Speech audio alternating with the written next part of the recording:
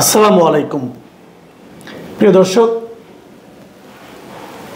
শেখ হাসিনার বিভিন্ন রকম বক্তব্য, তার মধ্যে যেগুলো বিদ্বেষমূলক বক্তব্য, যাকে ইংরেজিতে বলা হয় হেট স্পিচ, এ ধরনের বক্তব্য গণমাধ্যম, ফেসবুক, ইউটিউব কিংবা এক্স, এই সমস্ত সামাজিক মাধ্যমে যেগুলো অলরেডি আছে সেগুলো সরিয়ে ফেলার জন্য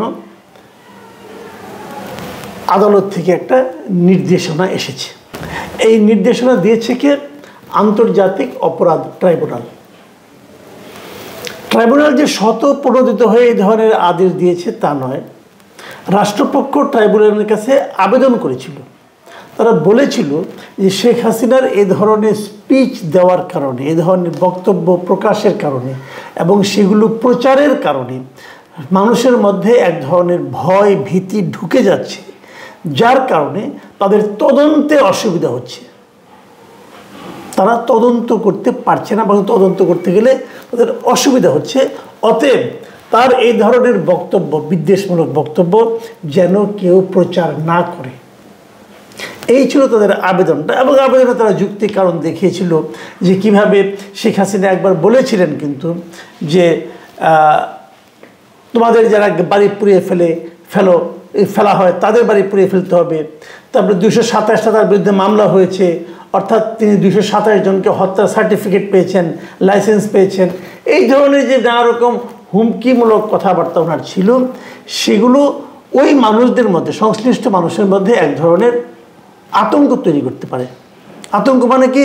তোমরা যাদের বাড়ি, মানে তোমাদের বাড়ি যারা পুড়িয়েছে তোমরা তাদের বাড়ি পুড়িয়ে দেবে, এই আতঙ্ক হতে পারে। আচ্ছা, এটা হয়তো বলেন, যদি কেউ কারো বাড়ি পুড়িয়ে দেয় তো তাদের বাড়ি পুরোনো আতঙ্কিত না, আমাদের এত আতঙ্কিত হওয়ার কি আছে? কারণ বাড়ি যারা প্রথমে পুড়িয়েছে তারাই তো অন্যায় করেছে। আপনি তো বাড়ি পুড়াতে পারেন না। বাংলাদেশের কোনো আইনে আপনি এখানে আওয়ামী লীগের, সে আওয়ামী লীগ করতো, এই অপরাধে তার বাড়ি পোড়াতে পারেন, তার বাড়ি লুণ্ঠন করতে পারেন? আপনি পারেন না তো। কাজে যদি উনি তো পোড়ায় নাই, উনি যদি হুমকি দিয়ে থাকে, পোড়াইয়া দাও, এটাও পারে নাই। খালি আমি এটা শুনেছি এবং আমরা এটা প্রচারও করেছি যে উনি বলেছিলেন যে মানে তাদের বাড়িঘর নাই, এ ধরনের ইঙ্গিত করেছিলেন। তো একজন পুরাইয়া দিল, সেটা অপরাধ না, আরেকজন যদি ইঙ্গিত দিয়ে বলে সেটা অপরাধ হয়ে গেল। তো এটা কি ধর আমি বুঝি না, এটা আমার কাছে ক্লিয়ার না। কিন্তু আবার আরেকটা হলো যে 227টা মামলা হয়েছে, অতএব আমি 227টা মামলার পেয়েছি, অধিকার লাইসেন্স পেয়েছি। এটা হেড স্পিচ, কোনো সন্দেহ নাই, এটা ভয়ঙ্কর হেড স্পিচ। উনি আসলে 227 জনকে হত্যারই হুমকি দিচ্ছেন এক ধরনের। এটা ওনার উচিত না, দেওয়া উচিত না। এবং এটা দেওয়ার কারণে উনি কি কারো কাছে কোনো মহলে প্রশংসিত হয়েছেন? হননি, বরং ওনার যে একটা বিকট প্রতিহিংসাপরায়ণ চেহারা সেটাই প্রকাশিত হয়েছে। উনি মানুষের কাছে এই বক্তব্যের জন্য ঘৃণিত হবেন, প্রশংসিত নয়। কাজেই আমি জানি না এর জন্য রাষ্ট্রপক্ষ কেন আবেদন করছে, কেন রাষ্ট্রপক্ষ এতে খুব অসুবিধা বোধ করছে আমি জানি না। রাষ্ট্রপক্ষ কি বলেছে যে এই প্রসিকিউশনের আন্ডারে যে সমস্ত মামলাগুলি আছে, এই তদন্তকালে এমন বক্তব্য দিতে পারবেন না যাতে নাকি এই মামলার তদন্ত বাধাগ্রস্ত হয়। আমার প্রশ্ন হলো, উনি বাইরের থেকে বক্তব্য দিয়া তদন্তে বাধা দিয়ে ফেলবেন? আমাদের তদন্ত টিম কি এতই দুর্বল যে বাইরের থেকে কেউ একজন বক্তব্য দিল আর তাদের তদন্ত বাধাগ্রস্ত হয়ে গেল? এত সহজ? তাহলে তো ভাই বাংলাদেশে কোনো তদন্তই হতো না। বাইরের থেকে কেউ একটা ভুয়া কলে অথবা বাইরের থেকে অবস্থান করতে বলতো, আমাকে তদন্ত করলে কিন্তু তোমাদের মেরে ফেলবো, ধরে ফেলবো, নানা কথা বলতে পারতো। এগুলোতে কাজ হয়। এখানে আরও একটা বিষয় আছে, সেটা হলো আদালত কিন্তু শেখ হাসিনার সকল বক্তব্যকেই নিষিদ্ধ করেনি। আদালত থেকে বলা হয়েছে যেগুলো বিদ্বেষমূলক আচরণ, বক্তব্য, মানে হেট স্পিচ, কেবল সেগুলোই বন্ধ করতে হবে। এর বাইরে যদি উনি কোনো সাধারণ বক্তব্য দেন তাহলে সেটি সম্প্রচার করা যাবে। এই জায়গাটাতে না আরেকটা বড় গুরুত্বপূর্ণ প্রশ্ন এসে যাবে, সেটা হলো ওনার কোন স্পিচটা অথবা কোন বক্তব্যটা সাধারণ বক্তব্য আর কোন বক্তব্যটা বিদ্বেষমূলক বক্তব্য, এটা কি করে বুঝবো? এটা বিচার করবে কে? ধরা যাক উনি যেমন কয়েকদিন আগে ওনার একটা বক্তব্য শুনলাম নিউ ইয়র্কে একটা সমাবেশে সেখানে ওনাকে সরিয়ে দেওয়ার পেছনে ষড়যন্ত্রের কথা বলেছিলেন এবং সেই ষড়যন্ত্রের প্রধান হিসেবে ডক্টর ইউনূসকে আখ্যায়িত করেছিলেন। এখন এই যে বক্তব্যটা, এই বক্তব্যটা কি সাধারণ বক্তব্য নাকি এটা বিদ্বেষমূলক বক্তব্য? এটা কিভাবে বুঝবো আমি এবং এটা কে বোঝাবে?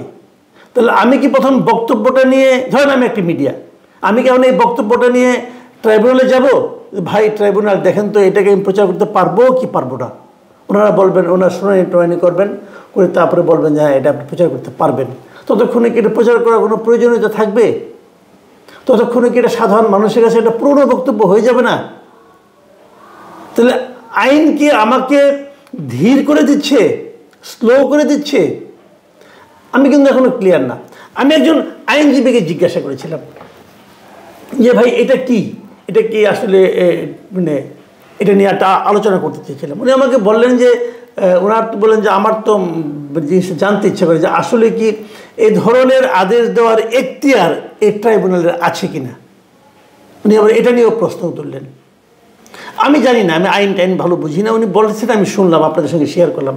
আপনারাও খোঁজখবর নেন, আপনারাও দুজন আইনজীবীর সঙ্গে আলাপ করে দেখেন যে এই ধরনের একটা আদেশ এই ট্রাইব্যুনাল দিতে পারে কিনা।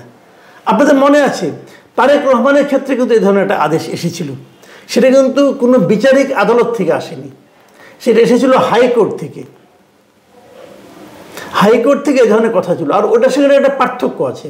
পার্থক্যটা হলো তারেক রহমান ওই সময়ে ছিলেন সাজাপ্রাপ্ত আসামি, কাজে দণ্ডপ্রাপ্ত আসামির বক্তব্যের উপর এই ধরনের এমবার্গো দেওয়ার একটা লজিক থাকতে পারে।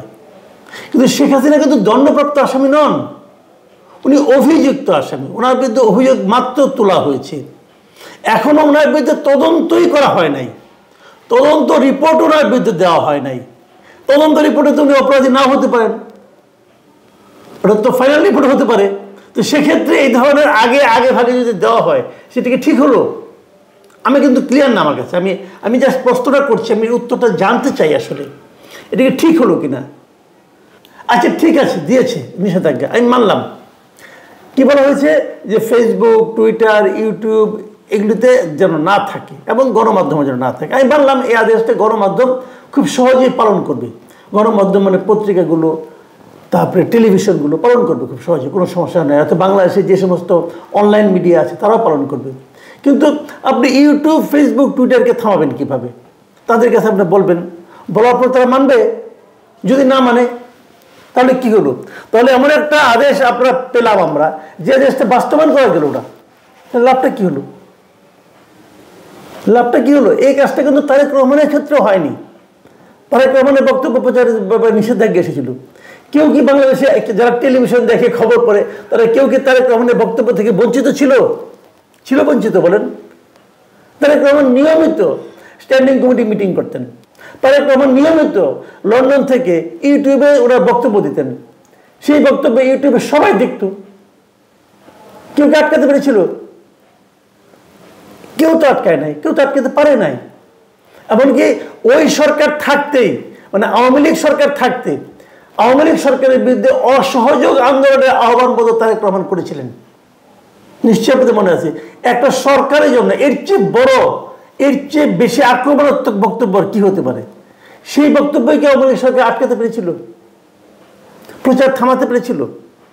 তাহলে যে আদেশ মানে পালনযোগ্য নয়, মানে পালন করা অসম্ভব প্রায়, আমি জানি না সম্ভব হবে কিনা, সম্ভব হলে তো ভালো, অসম্ভব প্রায়, সেই আদেশের জন্য আবেদন করার দরকারটা কোথায়? আমি এটা বুঝি না।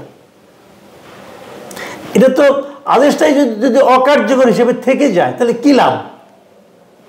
এই বিষয়গুলো কিন্তু আমাদের বুঝতে হবে। আবার ধরুন এখান থেকে ইউটিউবে প্রচার করলো অথবা আপনার ফেসবুকে প্রচার করলো, আপনি হয়তো সেই অ্যাকাউন্টটাকে ক্লোজ করে দিতে পারেন। যদি এটা বিদেশ থেকে করে আপনি কীভাবে ক্লোজ করবেন? সেই ক্ষমতা তো আপনার নাই। বিদেশে কি আওয়ামী লীগের লোকজন নাই? তারা তো ওখান থেকেও পরিচয় করতে পারে। মাঝখান থেকে হবে কি? আমি বলি যে জিনিসটা হবে সেটা মারাত্মক। সেটা হলো গিয়ে এখন যেমন ধরেন হাসিনা নানা ধরনের ফোন কল টোল থাকে, কেউ পাত্তা দেয়, মানুষ বিরক্ত সহকারে শুনে।